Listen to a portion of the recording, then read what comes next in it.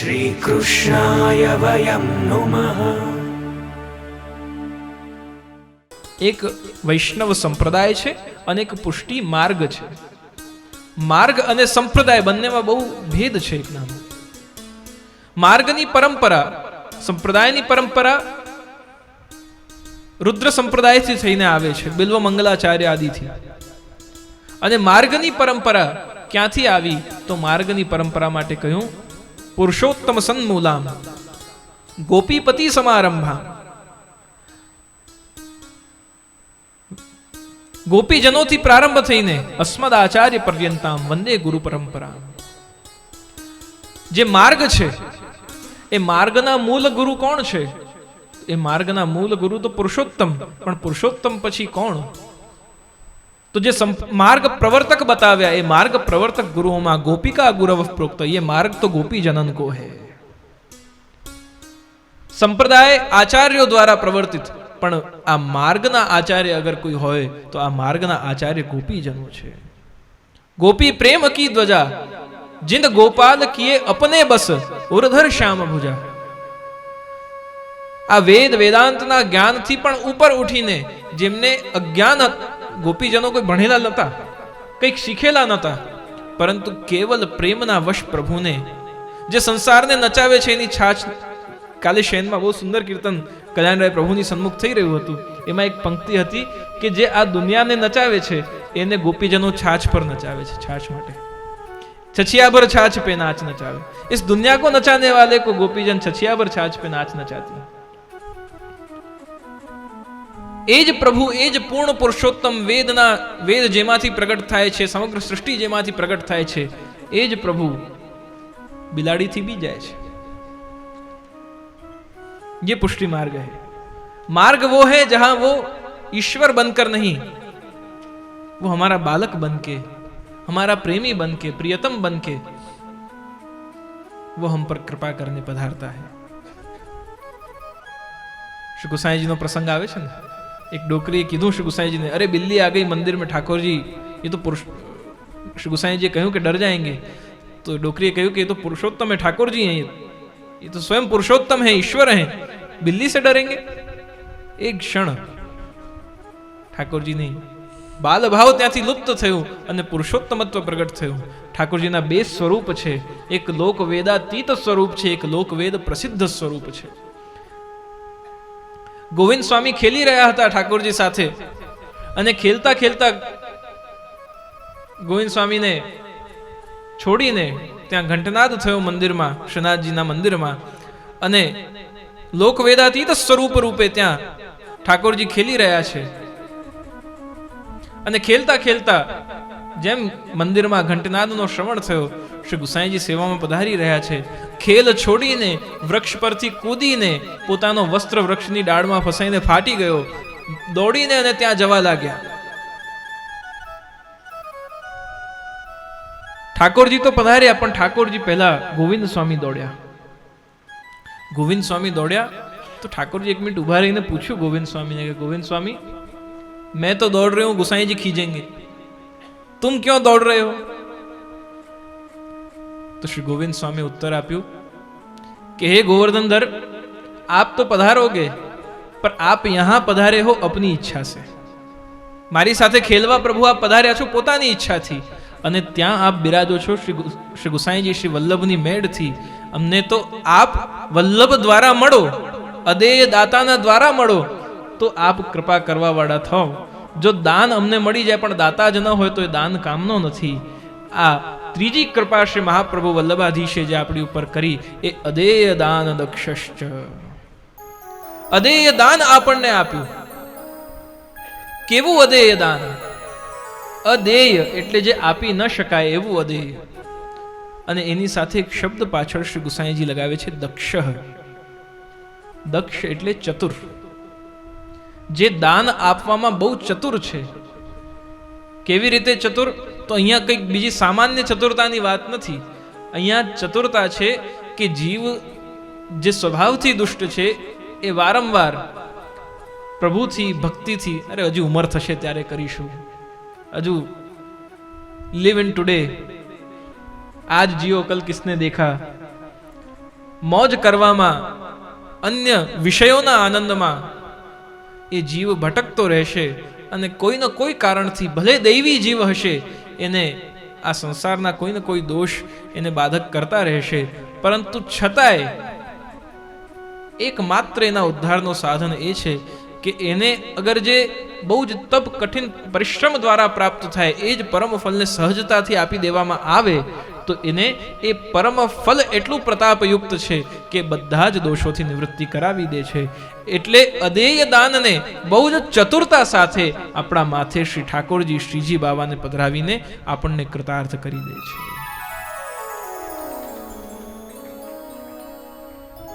બધા જ આપી શકે એવી બધી જ વસ્તુ હોય, પણ જે મને પ્રિય હોય, મારું સર્વસ્વ હોય, મારું મૂળ પ્રાણાધાર હોય, એ હું કોઈને આપું નહીં. આ કૃપા કેવલ સ્વામીજી કરી શકે, આ અધિકાર કેવલ સ્વામીજી આપી શકે. જે મારા અધિકારનું છે, જે મારું છે, એ તું પણ પ્રાપ્ત કરીને તું પણ કૃપાનો પાત્ર બન. એ અદેય દાન દક્ષશ્ચ છે.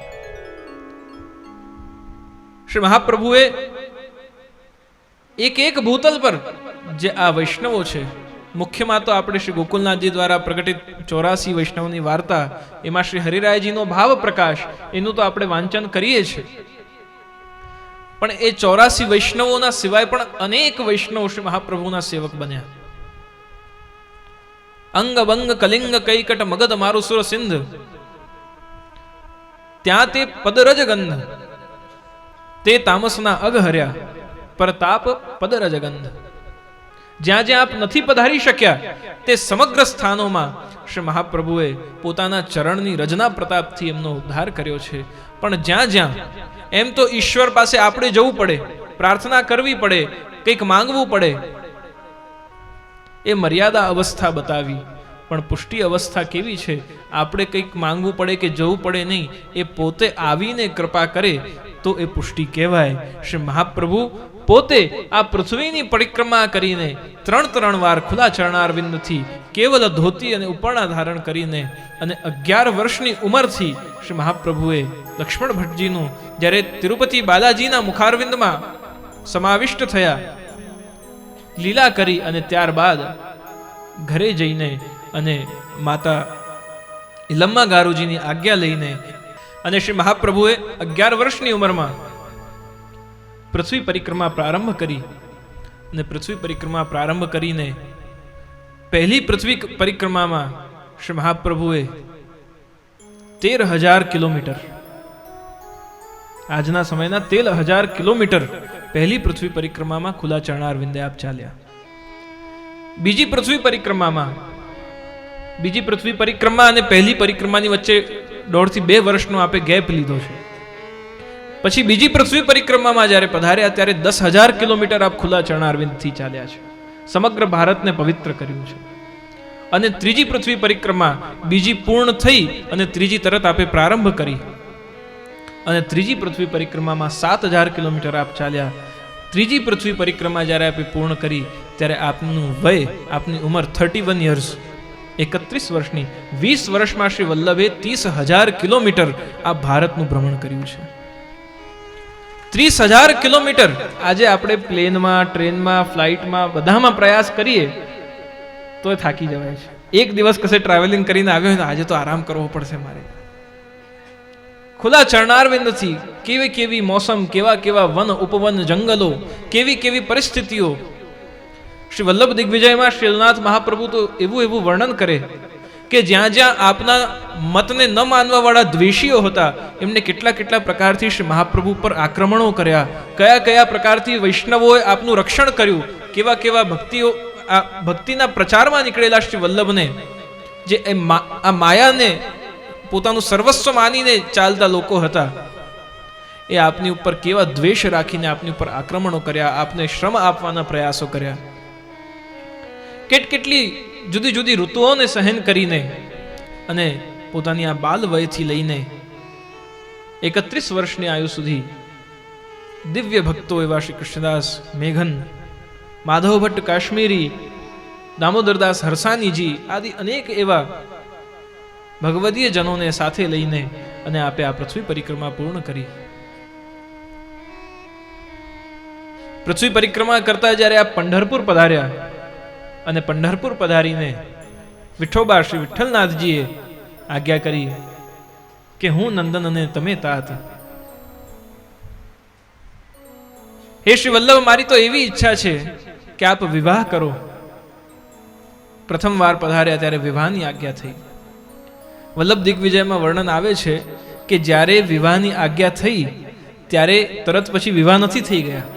વિવાહની આજ્ઞા થઈ ત્યારે તો આ પૃથ્વી પરિક્રમામાં હતા અને પરિક્રમા કરતા કરતા વિઠ્ઠોબાએ જ્યારે આજ્ઞા કરી કે વલ્લભ આપ વિવાહ કરો, કાશીમાં એક કન્યા છે એનાથી આપનો વિવાહ થાય અને હું આપના પુત્ર રૂપે મારે જન્મ લેવાની ઈચ્છા છે, ત્યારે એ વિવાહની વાત સીધા વિવાહ ન કર્યા. આપ 2 વર્ષ પછી જ્યારે પોતાની માતાને મળ્યા, ઇલમ્મા ગારુજીને મળ્યા, ત્યારે વિઠ્ઠોબાની આ વાત કહી. 2 વર્ષ પછી પોતે આ કહ્યું કે આવી આવી આજ્ઞા વિઠ્ઠલનાથજી કરી છે, હવે મારું લગ્ન આ રીતે વિઠ્ઠલનાથજીની ઈચ્છાથી આપ કરાવો. 2 વર્ષ સુધી કમ્યુનિકેશનના કોઈ સાધનો નહીં. અને એમ શ્રી વિઠ્ઠોબાના મનોરથ રૂપે. બાકી શ્રી વલ્લભે તો વિચાર્યું હતું કે મારે ગ્રહસ્થ નથી થવું, પણ પ્રભુની ઈચ્છા એવી કે ગ્રહસ્થ આશ્રમ સ્વીકાર કરીને અને એક દિવ્ય પરંપરાનો આરંભ થાય અને પૂર્ણ પુરુષોત્તમ રૂપે શ્રી વિઠ્ઠલેશ પ્રભુચરણ શ્રી ગુસાઈજીનું પ્રાગટ્ય થયું, શ્રી ગોપીનાથજીનું પ્રાગટ્ય થયું. બલદેવ શ્રી ગોપીનાથ કીધા, શ્રી વિઠ્ઠલ નંદાનંદ. શ્રી ગુસાઈજી પ્રભુચરણ અને શ્રી ગોપીનાથ મહાપ્રભુ આપના દિવ્ય 2 પુત્ર રત્નો પ્રગટ થયા. એવી અનેક પરંપરાઓ છે જ્યાં વંશ પરંપરાઓ રહી છે, પણ 3 કુલ આ સંસારમાં બહુ જ પ્રખ્યાત છે. એક રઘુકુલ શ્રી રામચંદ્રજીનું, એક યદુકુલ શ્રી કૃષ્ણચંદ્રનું અને એક વલ્લભકુલ શ્રી મહાપ્રભુ વલ્લભાધીશનું. આ પરંપરાની દિવ્યતા એટલી છે, કઈ કઈ વિલક્ષણતાઓ છે જેનું આપણે ગૌરવ કરવું જોઈએ એક વૈષ્ણવના સ્વરૂપમાં. પહેલી વસ્તુ, શ્રી મહાપ્રભુની આ દિવ્ય પરંપરામાં, વંશ પરંપરામાં 2 પરંપરાઓ છે, નાદ સૃષ્ટિ અને બિંદુ સૃષ્ટિ. નાદ સૃષ્ટિ એટલે કે જે એ વેણુનાદનું શ્રવણ કરીને અને જે પોતે સમર્પિત બન્યા એવી વૈષ્ણવ સૃષ્ટિ, અને બીજી બિંદુ સૃષ્ટિ એટલે કે વંશ પરંપરા, વંશ સૃષ્ટિ, આપના બાળકો. એ પરંપરામાં અદ્યાવધિ કોઈ ઘરમાં 14મી પેઢી, કોઈ ઘરમાં 17મી પેઢી, કોઈ ઘરમાં 19મી પેઢી, કોઈ ઘરમાં 12મી પેઢી, હજુ શ્રી મહાપ્રભુ વલ્લભાધીશની અદ્યાવધિ એ જ બ્લડ લાઈન આજે પણ અક્ષુણ્ણ છે, પ્રોટેક્ટેડ છે, સચવાયેલી છે. એક આ બહુ જ ગૌરવની વાત છે. લોકોને પોતાના પરદાદાના નામ પણ યાદ નથી હોતા. 14, 15, 19 પેઢીઓ સુધીના એ દિવ્ય પરંપરાના.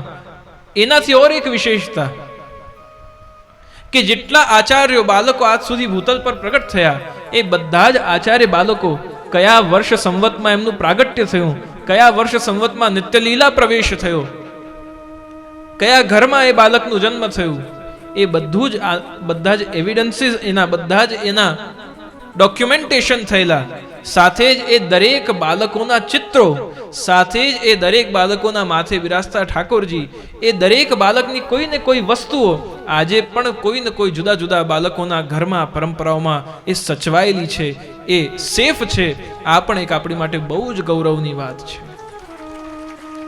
શ્રી મહાપ્રભુના ધોતીજી, શ્રી મહાપ્રભુજીનો ઉપરણો, શ્રી મહાપ્રભુજીના શાલિગ્રામજી, શ્રી મહાપ્રભુજીની ઝારીજી, શ્રી ગુસાઈજીની પાગ, શ્રી ગુસાઈજીના ઉપરણા, શ્રી ગુસાઈજીના કેશ, આવી વસ્તુઓ આ સંપ્રદાયના કેવલ ગ્રંથો નહીં પણ એની સાથે આ બધી જ વસ્તુઓ, શ્રી મહાપ્રભુજી, શ્રી ગુસાઈજી, સાથે બાળકો, શ્રી ગોપીનાથજી, બધાના ચરણની પાદુકાજીઓ 550 વર્ષ પછી પણ આજે અક્ષુણ્ણ રૂપે એ સચવાયેલા છે.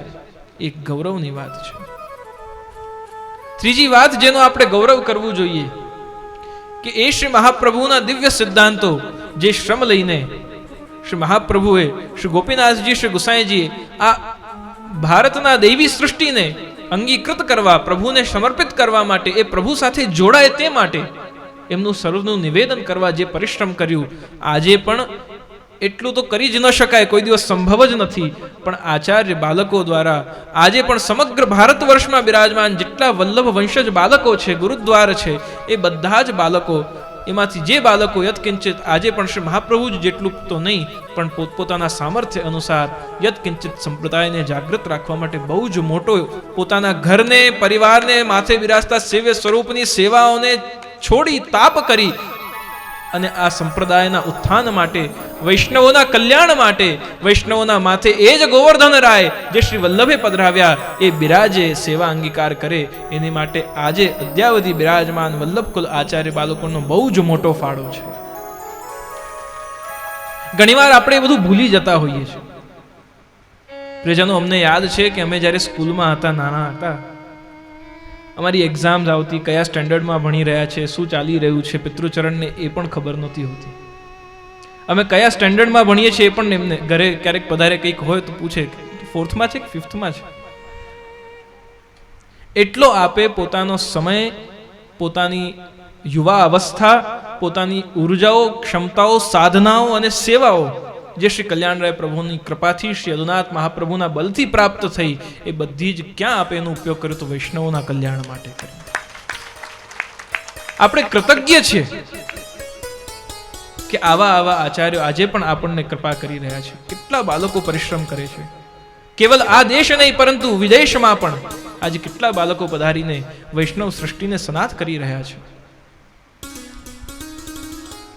શ્રી મહાપ્રભુ માટે બહુ જ સુંદર પંક્તિઓ કહેવાય છે. શ્રી વલ્લભ કલ્પદ્રુમ ફલ્યો, ફલ લાગ્યો વિઠ્ઠલેશ, શાખા સબ બાલક ભય, તાકો પાર ન પાવે શેષ. એ શ્રી વલ્લભની કૃપાને જો આજે પણ આપણે પ્રાપ્ત કરવી હોય, શ્રી વલ્લભના કયા કયા સ્વરૂપો ભૂતલ પર આજે પણ બિરાજે એ જાણીને શ્રી વલ્લભની કૃપા એ પ્રકારોથી આપણને પ્રાપ્ત થઈ શકે એવો મનોરથ સિદ્ધ કરીએ. સર્વપ્રથમ શ્રી મહાપ્રભુના 3 સ્વરૂપ જે આપણને બતાવ્યા, શ્રી અદુનાથ મહાપ્રભુએ વલ્લભ દિગ્વિજય દ્વારા ચતુર્શીતિ સદગ્રંથાઃ, ચતુર્શીતિ રાસિકાઃ, ચતુર્શીતિ સદભક્તાઃ, આહુરાર્યાસુ તત્કથા. 84 આપના ગ્રંથ છે. શ્રી મહાપ્રભુજી આ કલિકાલમાં આપણા સૌ માટે ગ્રંથ સ્વરૂપે, હસ્તાક્ષરજી રૂપે બિરાજમાન છે. જે જે ગ્રંથો આપણને આપણા ઘરે બિરાજતા હોય એ ગ્રંથો પણ શ્રી વલ્લભની વાણી રૂપ, ભગવદ સ્વરૂપ, શ્રી વલ્લભ સ્વરૂપ રૂપે બિરાજે છે. બીજું સ્વરૂપ શ્રી મહાપ્રભુનું, જ્યાં જ્યાં શ્રી મહાપ્રભુએ પધારીને શ્રી ભાગવતજીનું, ભગવદ્ ગીતાનું, રામાયણ આદિનું ચિત્રકૂટમાં આપે પારાયણ કર્યા, જ્યાં જ્યાં શ્રી મહાપ્રભુએ બિરાજીને પારાયણ કર્યા છે એ સ્થાનોને આપણે બેઠકજીના નામથી જાણીએ છીએ. અને એ બેઠકજીના સ્વરૂપમાં આજે પણ શ્રી મહાપ્રભુ આપણી વચ્ચે બિરાજે છે. ત્રીજું સ્વરૂપ શ્રી મહાપ્રભુનું બતાવ્યું કે આપના પાદુકાજી, આપની એ પ્રાચીન વસ્તુઓ જ્યાં જ્યાં બિરાજે છે ત્યાં ત્યાં શ્રી વલ્લભ આજે પણ બિરાજે છે. ચોથું સ્વરૂપ બતાવ્યું વલ્લભ વંશ, સ્વવંશે સ્થાપિતા શેષ માહાત્મ્ય, અશેષ માહાત્મ્ય આપે પોતાના વંશમાં સ્થાપિત કરી, બાલકો અને બેટીજીઓ બંનેના સ્વરૂપમાં અહીંયા વલ્લભ અંશ છે એ સ્થાપિત કરી અને શ્રી મહાપ્રભુએ પોતાનું એ દિવ્ય સ્વરૂપ પ્રગટ રાખ્યું. અને પાંચમું સ્વરૂપ શ્રી મહાપ્રભુનું ક્યાં બિરાજે તો એવો પ્રશ્ન કરીએ અગર આપણે, તો આપણે સૌ સૌભાગ્યશાળી છે કે જે વૈષ્ણવના માથે સેવ્ય સ્વરૂપ માથે બિરાજી રહ્યા છે તે દરેક સેવ્ય સ્વરૂપની સાથે આપ દરેકના ઘરમાં શ્રી મહાપ્રભુ વલ્લભાધીશ બિરાજી રહ્યા છે. આપણે જે પ્રભુની સેવા કરીએ, કોઈ મિશ્રી ભોગ ધરાવે, કોઈ દૂધઘર, કોઈ નાગરી, કોઈ કેવલ દર્શન ચણસ્પર્શ કરે, પણ અગર સેવ્ય સ્વરૂપ છે, આપે વલ્લભ કુલ દ્વારા ઠાકોરજીને પુષ્ટ કરાવ્યા છે, સેવ્ય કરાવ્યા છે, તો એ સ્વરૂપમાં કોણું કોણું આવિર્ભાવ થયું? તો એ સ્વરૂપમાં સર્વપ્રથમ તો ગોવર્ધનધર શ્રી શ્રીજી બાવાનો આવિર્ભાવ થયો. ત્યારબાદ એ શ્રી ગોવર્ધનધરે જે સ્વરૂપથી, જે રૂપ ધારણ કરીને એ તે બાલકના માથે બિરાજી કૃપા કરી, જેમ શ્રીજી બાવા શ્રી બાલકૃષ્ણજી તૃતીય પુત્રના માથે દ્વારકાધીશ પ્રભુના રૂપમાં પધાર્યા, શ્રીજી બાવા શ્રી કલ્યાણરાય પ્રભુના રૂપે છે, શનાથજી જ, પણ રૂપ કયો તો શ્રી કલ્યાણરાય પ્રભુની લીલાનો. ધારણ કરી શ્રી યદુનાથ મહાપ્રભુના માથે પધાર્યા. જે શ્રીજી બાબાએ જે સ્વરૂપ ધારણ કરીને જે બાલક ઉપર કૃપા કરી એ પરંપરાના મૂળ સ્વરૂપ, જેમ ષષ્ઠગ્રહની પરંપરામાં શ્રી કલ્યાણરાય પ્રભુ માથે બિરાજે, તો એ મૂળ સ્વરૂપ જ્યારે આપ ષષ્ઠગ્રહથી ઠાકોરજીને સેવ્ય કરાવો તો આપના ઘરે ગોવર્ધનધર પ્રભુ સાથે શ્રી કલ્યાણરાયજી પણ બિરાજી રહ્યા છે. અને સાથે આપના માથે બિરાજતા સ્વરૂપની સાથે જે સેવા આપ નથી પહોંચી શકતા, આપ નથી કરી શકતા, એ બધી સેવા કોણ કરે? તો આપના ઘરે અગર મિશ્રી ભોગ ધરાઈ રહ્યો છે તો આપના ઘરે સખડી ભોગ પર્યંત મંગલાથી શયન પર્યંતની સેવા શ્રી મહાપ્રભુ સ્વયં આપના ઘરે બિરાજીને આપના પ્રભુને લાડ લડાવે છે. એનો મતલબ એવો નહીં કે આપણે મિશ્રી ભોગ જ ધરતા રહેવું. શ્રી વલ્લભ બધું કરી જ લેવાના છે ને, તો આપણે મિશ્રી ભોગ જ ધરીએ એવું નહીં. કોણ કોણ એવા ઇન્વેસ્ટમેન્ટ કરે છે જેનાથી આગળ આપણને સારો વ્યાજ મળે? નથી કરતા કોઈ? બધા કરે ને. કોણ કોણ એવી જગ્યાએ પોતાનું સમય ફાળવે જે સમય પ્રોડક્ટિવ બને, જેનાથી કંઈક સારું પ્રાપ્ત થાય? કોણ કોણ એવી જગ્યાએ પોતાનું એનર્જી વાપરે જ્યાંથી કંઈક મને સારું પ્રાપ્ત થાય? આપણે એવા બધા જ સંસારના સામાજિક, આર્થિક, વ્યવહારિક ક્ષેત્રોમાં આપણું બધું જ ફાળવતા હોઈએ. પરંતુ એક કીર્તનની પંક્તિ બહુ સુંદર યાદ આવી રહી છે. એમાં બસ એક નાની લાઈનમાં બહુ જ મોટી વાત કહી દીધી છે. યહ જોવન અંજલિ કો પાની સમય ગયે પછતઈએ, ચલ સખી સૌતન કે ઘરે જઈએ. એમાં આ ત્રીજી પંક્તિ જે છે, યહ જોવન અંજલિ કો પાની, આ યૌવન જે છે એ કેવલ વયરૂપી જવાનીની વાત નથી, આ ભક્તિની જાગૃતતાની જવાનીની વાત છે. જ્યારે ભક્તિ જાગૃત બને છે ત્યારે કોઈ પણ ઉંમરનો વ્યક્તિ હોય યુવા બની જાય છે. પણ ભક્તિ ક્યારે કરવી જોઈએ અગર એવો કોઈ પ્રશ્ન કરે તો કર મસ્ત જવાની. ભક્તિ મસ્ત જવાનીમાં કરી લે, પછી શું થવાનું છે કઈને ખબર નથી. પણ જ્યારે અવસ્થા પ્રાપ્ત છે, વ્યવસ્થા પ્રાપ્ત છે, એવા સમયમાં ભક્તિ કરી લેવી એ આપણી માટે ઉત્તમ છે. ઇન્વેસ્ટમેન્ટ કરવું હોય તો કેવલ આ જન્મ પૂરતું, આ શરીર પૂરતું નહીં કરતા. ઇન્વેસ્ટમેન્ટ કરવું હોય તો એવું કરજો કે પરલોક પણ સુધારી દે. ભગવત સેવા એવી કરજો કે પ્રભુને રીઝાવી દે. અને શરણાગતિ એવી રાખજો શ્રી વલ્લભના પ્રિય બની જઈએ.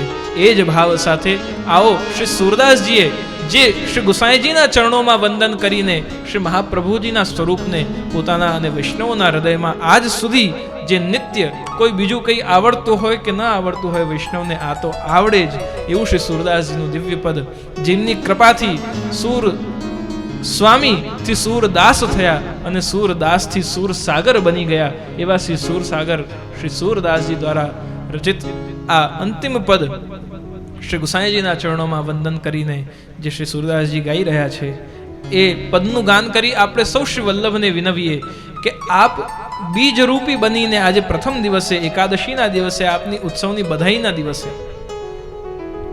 આજે આપણે બધા બધી એડવાન્સમાં જે વિશેષ આપી છે ને, એડવાન્સમાં હેપી બર્થડે બધું એડવાન્સમાં જે કરીએ છીએ ને, આ કોઈ બીજી દૂરથી આવેલી પરંપરા નથી, આપણી ભારતની જ પરંપરા છે. 15 દિવસ પહેલાથી વધાઈ ગાન ચાલુ થઈ જાય. આટલું એડવાન્સમાં હતું કોઈ? એવી આજે જ્યારે પહેલા બધાઈ પ્રારંભ થઈ છે ત્યારે શ્રી મહાપ્રભુજીના ઉત્સવના એવું જ માનીએ આપણે કે રોજ આપણા હૃદયમાં શ્રી વલ્લભ સવારે ઉઠીએ ત્યારે પ્રગટ થાય અને આપણી ઉપર કૃપા કરે. એવા ભાવ સાથે શ્રી વલ્લભને વિનવીએ કે હે પ્રભુ, આપના ચરણોમાં અમારું આશ્રય દ્રઢ રહે, ભરોસો ડગમગાય નહીં. આપના ચરણના આશ્રયની છાયામાં સદા અમે રહીએ અને આપની કૃપાથી, આપની કાનીથી, પુષ્ટિ માર્ગમાં કાની બહુ જરૂરી છે. सीधा सीधा कुछ नहीं होता, सब में हाथ लगाना पड़ता है, सब में कहानी करनी पड़ती है. श्री ब्रज भक्तों ની કહાની થી, શ્રી મહાપ્રભુજી, શ્રી ગુસાઈજી સાથે બાલકો, મારા ગુરુદેવની કહાની થી પ્રભુ આપ અરોગજો. ब्रज ભક્તોની, ब्रजवासीઓની કહાની થી, સ્વામીજીની કહાની થી પ્રભુ અરોગજો. એમની કહાની થી જ પ્રભુ જાગે છે, એમની કહાની થી જ પ્રભુ અરોગે છે. આપણે કરીએ સેવા કરીએ तो वैष्णवों कहानी आपिए, गुरु की कहानी आपिए, ब्रज भक्तों की कहानी आपिए. सीधा सीधा कुछ नहीं, उनकी तरफ से हम प्रभु कर रहे हैं. આપણે જ્યારે એમના થકી જઈએ ત્યારે આપણી નિકટતા, એમની કેવલ પ્રભુની કૃપા નથી પુષ્ટિ માર્ગમાં, પ્રભુ સાથે સાથે ભક્તની પણ કૃપા એટલી જરૂરી છે વૈષ્ણવ માટે. ભક્ત ઉપર ભક્તની કૃપા હોય તો પ્રભુ કૃપા કરે. ભક્ત પર ભક્તની કૃપા ન હોય, જો અગર પ્રભુના પ્રિય એવા વૈષ્ણવની કૃપા ન હોય તો પ્રભુ પણ કૃપા કરતા નથી. એટલે આપણે ભગવદીઓનું સ્મરણ કરી કાની લઈએ કે પ્રભુ આ બધા જ ભગવદીઓની કૃપાથી, શ્રી વલ્લભની કૃપાથી, વિઠ્ઠલની કૃપાથી પ્રભુ આપ અમારી નિત્ય સેવા અંગીકાર કરજો. અમારી નિષ્ઠા, અમારી અહંતા અને મમતા પ્રભુ આપના ચરણમાં સમર્પિત થાય અને એ કૃપાથી જેમ આપણે શ્રી વલ્લભના ચરિત્રનું દર્શન કરીએ, ત્રીજા દિવસે શ્રીજી બાવાનું ચિંતન કરીશું ત્યારે આપણે ચિંતન કરીશું કે કેવી રીતે પૂર્ણમૂળ ક્ષત્રિય અને તનુજા વિત્તજા બંને સિદ્ધ કરાવીને શ્રી મહાપ્રભુએ માનસીનું દાન આપ્યું. એવી કૃપા અમારા ઉપર કરીને માનસી સા પરામતા પ્રભુ, અમે આંખ બંધ કરીએ તો આંખની અંધારાની સામે પ્રભુ આપનું જ દર્શન થાય અને પ્રભુ આંખ ખોલીએ તોય ક્ષણે ક્ષણે પ્રભુ जहां देखूं जिधर देखूं उधर फिर तू ही तू है, बस यही नजारा मेरे जिंदगी का हो जाए तो फिर बात बन जाए. आवा भाव સાથે આપણે શ્રી વલ્લભને વિંદીએ કરીએ, નમન કરીએ, દંડવત પ્રણામ કરીએ અને સૌ સાથે ગાન કરીશું. દ્રઢયેન ચરણ કેરો ભરોસો, દ્રઢયેન ચરણ કેરો શ્રી વલ્લભન ચંદ્ર જટાવિન, શ્રી વલ્લભન ચંદ્ર જટાવિન સબ જુગ અંધેરો ભરોસો, દ્રઢયેન ચરણ કેરો સાધન और नहीं आकले में जासु होत निवेरो, सूर कहा कहे त्रिविदयादरो,